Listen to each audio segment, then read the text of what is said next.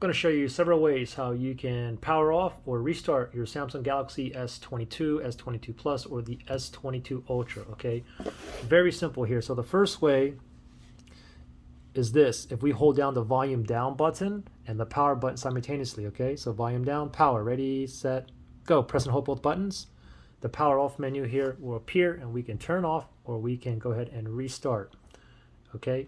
Now, just really quickly, if you press and hold just the power button by itself, that's going to wake Bixby, okay? However, we can change this as well. So if I go back to the power off menu, if I hold down the volume down power button, press and hold, the power off menu appears, and down here it says side key settings, okay? The power button basically is the side key. So if I tap on side key settings, you can see where it says press and hold, it's going to wake Bixby. However, we can do power off menu right there.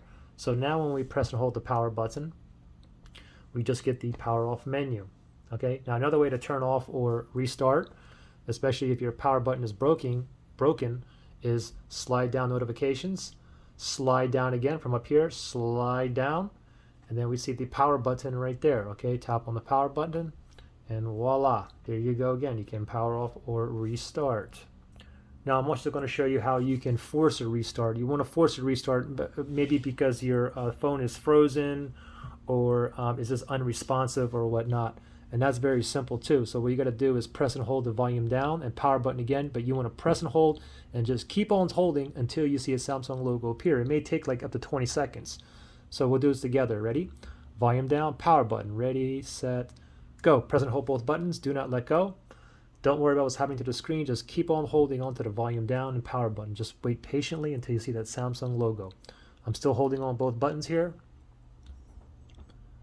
Still holding. Waiting for that Samsung logo to appear. Still holding.